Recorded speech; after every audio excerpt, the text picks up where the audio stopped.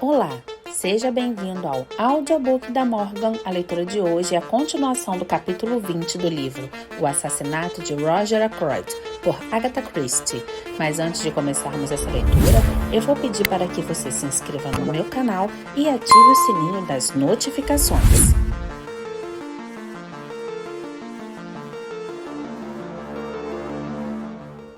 Continuação. Mas não é verdade? Ele está em Liverpool. Poirot sorriu-me radiante. Sua inteligência é tão rápida. Ele não foi encontrado em Liverpool. O inspetor Raglan estava muito relutante em me deixar enviar esse parágrafo para a imprensa, especialmente porque não podia me abrir com ele. Mas eu lhe assegurei o mais solenemente que resultados muito interessantes se seguiram a esta publicação, e ele então concordou, depois de estipular que não iria de nenhuma maneira se responsabilizar por isso. Eu olhei para Poirot. Ele me sorriu de volta. Não compreendo. Disse por fim. O que espera conseguir com isso? Deveria usar suas pequenas células cinzentas. Disse Poirot seriamente. Ele se levantou e veio para o banco. Você tem realmente amor pelas máquinas. Disse depois de inspecionar os destroços do meu trabalho. Todos os homens têm seus hobbies.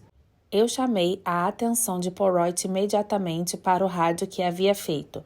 Ao descobri-lo interessado, mostrei-lhe mais uma ou duas de minhas pequenas invenções, coisas insignificantes, mas úteis em casa. Decididamente, disse Poirot. Você deveria ser um inventor de profissão e não um médico, mas ouvi tocar a campainha, é sua paciente. Vamos para o consultório.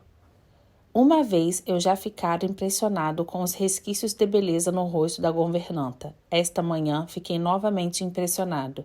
Vestida de preto, de maneira simples, alta, ereta e mais independente do que nunca, com seus grandes olhos negros e um rubor incomum em suas bochechas em geral pálidas, percebi que, quando moça, deveria ter sido maravilhosamente bela. Bom dia, mademoiselle, disse Poirot. Gostaria de se sentar? O Dr. Shepherd é muito gentil em me permitir usar seu consultório para sua pequena conversa que quero muito ter com a senhorita. Senhorita Russell sentou-se com a sua compostura usual. Se ela estava interiormente agitada, não se manifestou externamente. É uma maneira singular de fazer as coisas, se me permite dizer. Ela observou. Senhorita Russell, tenho novidades para a senhorita. Verdade? Charles Kent foi preso em Liverpool. Nenhum músculo se moveu em seu rosto. Ela apenas abriu os olhos um pouco mais e perguntou com um tom desafiador. Sim, e então? Mas naquele instante me ocorreu a semelhança que havia me assombrado todo esse tempo, algo familiar na maneira desafiadora de Charles Kent. As duas vozes, uma rouca e rude, e outra penosamente elegante, eram estranhamente a mesma no timbre. Era a senhorita Russell que ele me lembrava naquela noite do lado de fora dos portões de Furley Park. Olhei para Poirot satisfeito com a minha descoberta, e ele concordou imperceptivelmente com o movimento de cabeça. Em resposta à pergunta da senhorita Russell, ele balançou as mãos em um gesto tipicamente francês.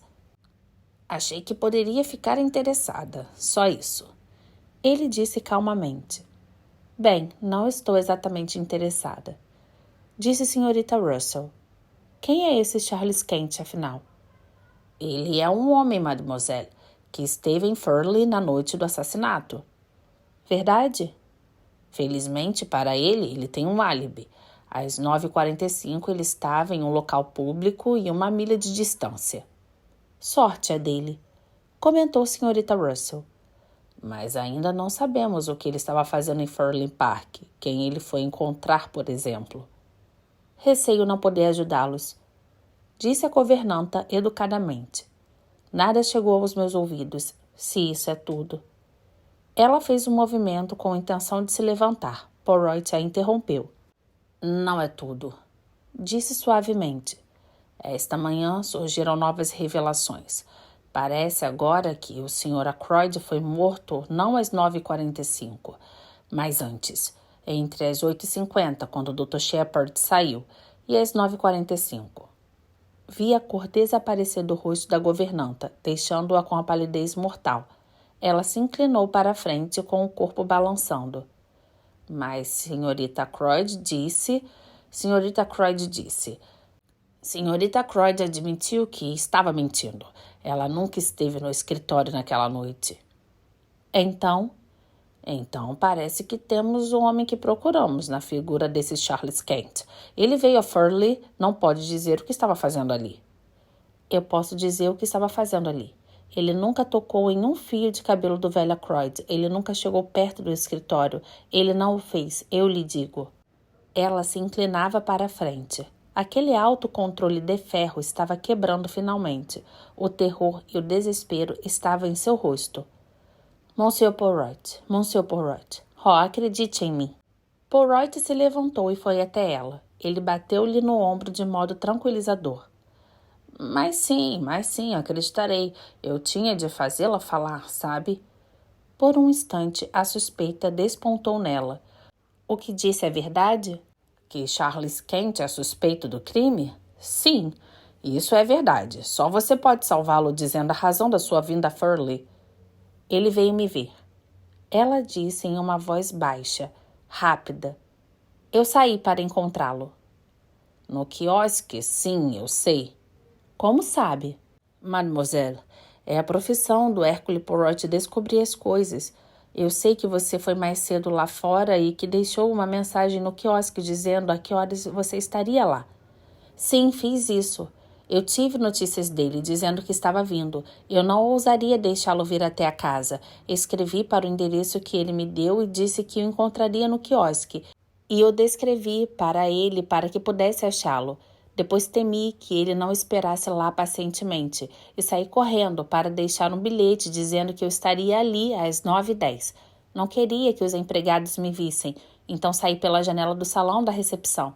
Quando retornei, encontrei o Dr. Shepard e pensei que ele poderia achar estranho. Eu estava sem fôlego porque estava correndo. Eu não sabia que ele era esperado para jantar naquela noite. Ela parou.